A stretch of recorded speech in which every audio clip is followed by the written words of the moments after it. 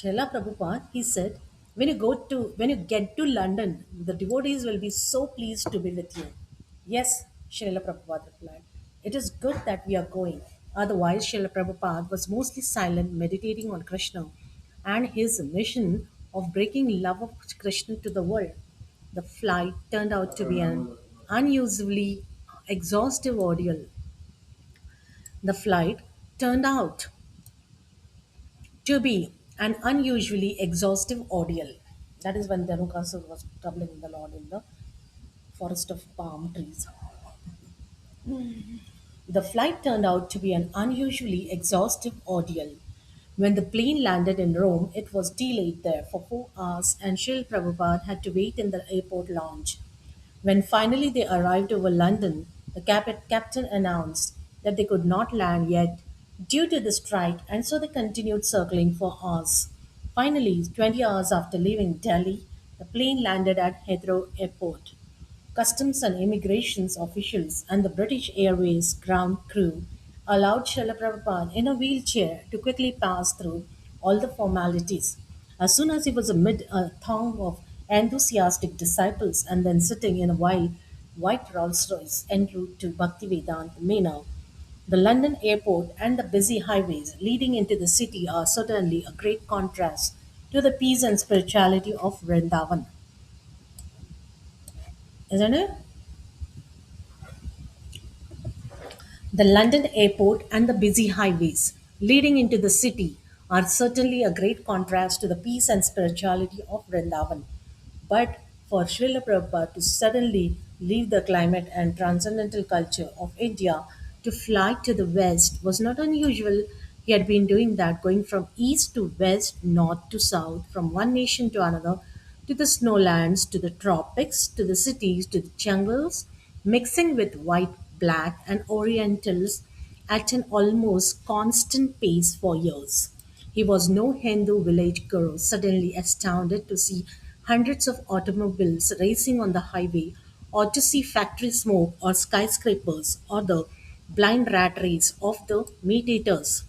There was no question of culture shock for Srila Prabhupada. Culture shock. Why? We have to read it again. Why he had no culture shock? Is he okay with the culture?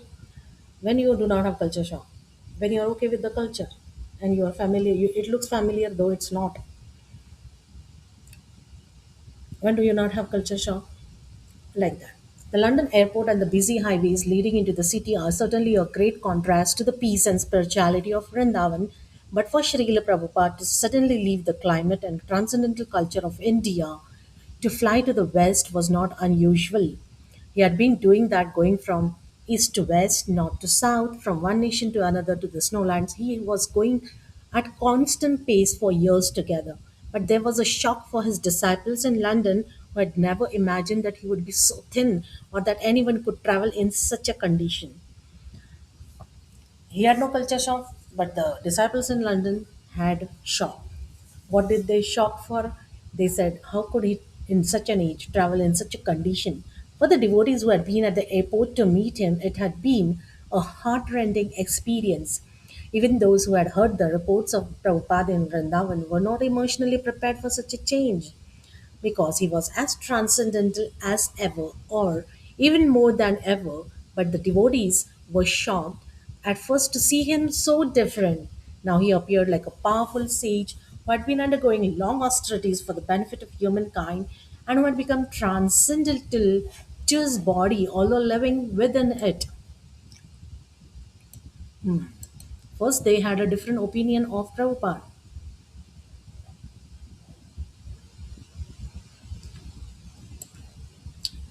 First, they thought him as an ordinary Vaishnava, like we see His Grace and Her Grace, Prabhuji or Mataji.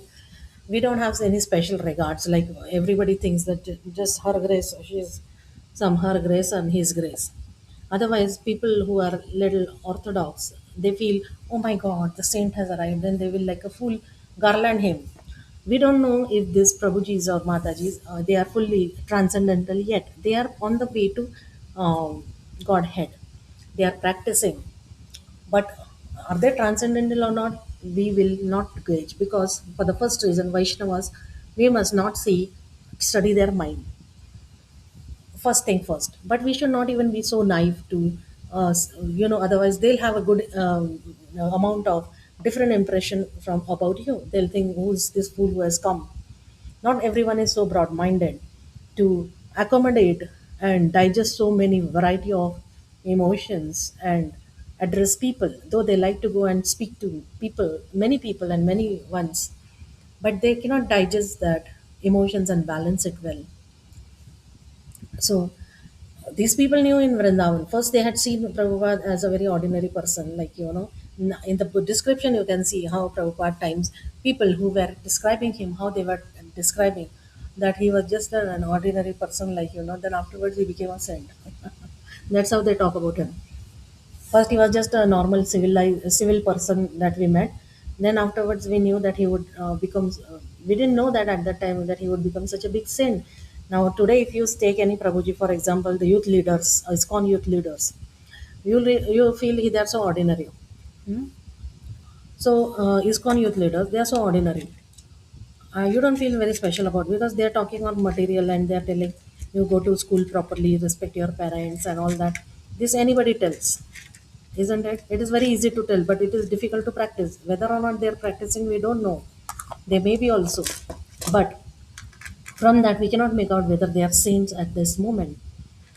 If Radhesham Prabhu is given, for example, we cannot understand whether Radhesham Prabhu and his what is that Chela Antardvip Prabhu. They are all ISKCON youth leaders. So we don't know if they are saints or not. But today, if we see, but after suppose 15, 20 years, if we see change in one of them, then we will say, at that time we had met him, but it didn't look that he will become saint or not. And now we cannot say that they will become saint or not. It is not definite. So the future of any spiritual practitioner is unknown. No one knows whether he will become after 15 years a big demon or a headache to the society, or he will by now or 15 years he will take youth to another level. We don't know. So how to understand if a person, why you want to understand if a person is Vaishnava or a saint or transcendental level? Why you want to understand? First of all, if your heart is pure already, then the vibrations will come to you, and you will not like that person at all. Whether, because you are designed for a better spiritual path and destination. That is why if you meet any number of Vaishnavas, you will not like them till your heart accepts them. They cannot associate with you and you will not like them. Why? Not that your heart is impure. You have a bigger taste, and this Vaishnava is not able to satisfy your taste in the spiritual context. So, till the time you will have to keep searching the Guru, and you are not following in that process. Then, in the meanwhile, as your heart gets purer and purer, suddenly if you meet a Vaishnava who is a pure heart, and you happen to talk to him and lighten your mind by telling your problems, just as here now people has accepted in Prabhupada Lilamrta that Prabhupada appeared like a powerful sage who had been undergoing long austerities for the benefit of humankind, and and who had become transcendental to his body, although living within it. So, like that. Then suddenly, if you meet such a Vaishnav, your heart is pure and the Vaishnav is also pure. The substance, like a pure iron, will attract the magnetic this. A magnet will attract the pure iron filings, whatever. The filings, it will attract. First or second, it doesn't matter. It has to be pure. The first was impure, we discarded. The second is pure, then it will be get attracted. So pure or impure is not the question, but the magnet has to be pure, and the iron filings also have to be good. Then they will get attracted, like that. So if you are pure and the substance is there, a purpose is there, and the purpose has to be there. Not just for no reason they'll get attracted. So a disciple meets his spiritual master, then the disciple is seeking something, he has a purpose, and the master is also seeking something. Then they meet together, and then there is a what is there? सृष्टि होती है. सृष्टि मतलब क्या? Mercy flows.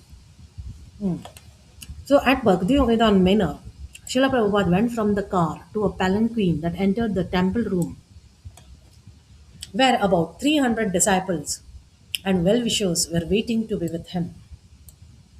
He went from the car to a palanquin. Palanquin is what? It's like a kingly opulent thing to give honor.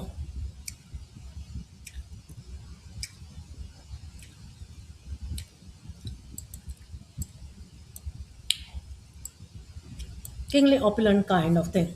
And why palanquin? Because he couldn't walk more so. So he couldn't walk from his car to the temple room. So they went from the car to a palanquin and entered the temple room. So this is of the old age. Now there's no palanquin, otherwise people will laugh. Now there is a wheelchair. Better operated. So Hare Krishna, Krishna Krishna, Hare Hare, Hare Rama, Rama Rama, Hare Hare.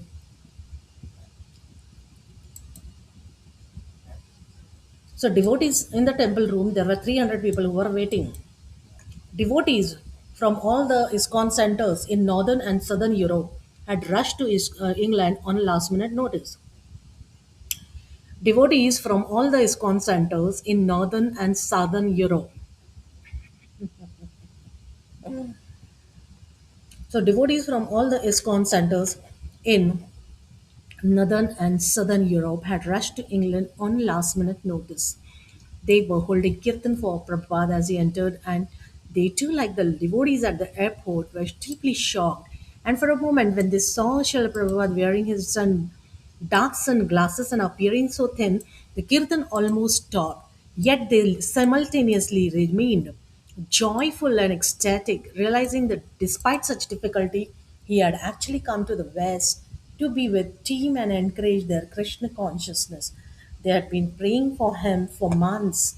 The prayer was, "My dear Lord Krishna, if you desire, please cure Srila Prabhupada," had been printed on a banner and hung over Prabhupada's Vyasasana.